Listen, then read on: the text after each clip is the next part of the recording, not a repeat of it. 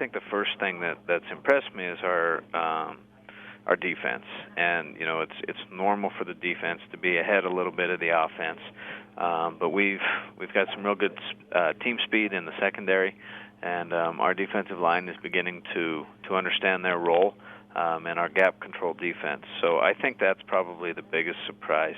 Areas of concern, offensive line. We've got a couple nicks on the line right now, so we've got some people playing in spots that they normally wouldn't play in. We've got some guys who are going both ways, who have been just a one-way player for us as well. So those kinds of things are things that we're going to have to get better at from the scrimmage into week 1. When you look at the team offensively, besides the line of scrimmage, do you feel, and having stated obviously that the defense is ahead of the offense, but do you feel that the running game and passing game are equal right now, or is one right now really lacking behind the other? Well, I think that parts of our running game are right where we want them to be. Other parts, because of our blocking out front, they're not where we want them to be. Passing, I think we're about where we thought we would be. We need to get better at it, of course. But I think we're starting to learn our routes and learn our what to expect from the quarterback to expect based on coverages. Now, I know this sounds like schedule suicide, considering, even though you were with the staff last year, now you're a first-year head coach, and you open up with a team that hasn't lost a game since 2002.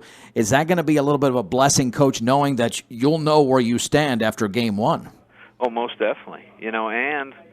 Fortunately, we have the opportunity of playing them the first game of the season, so our chances of going down there and doing well in that game are much better also. They're a good team. They have lost quite a few kids to graduation, but it's tradition, and the Badgers have done that for a long time. They've been a good football team, and I expect us to go down there and give them a heck of a ball game. A couple of final things. You mentioned you have quite a few two-way players, and that's obviously the case with many Class A football teams. Is depth a concern as well with your team, Coach? Oh, most definitely. We have some positions where we are one deep, and then we're down to a freshman. And so, that is a concern. We have to stay healthy. We have to continue to condition, and hopefully we can find some opportunities to give them some breaks with maybe a freshman here and there during the game, so that they can stay fresh and not get injured. And finally, because wins are going to be tough to come by at certain points of the season. I mean, the schedule. Besides Lyman, you've got Akron in there, you've got Holyoke, a couple of other tough games, maybe even more tough games than you anticipated going into the year.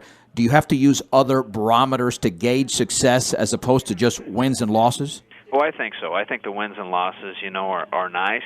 But I think, as we've talked about all year long from the beginning, each day we need to get better.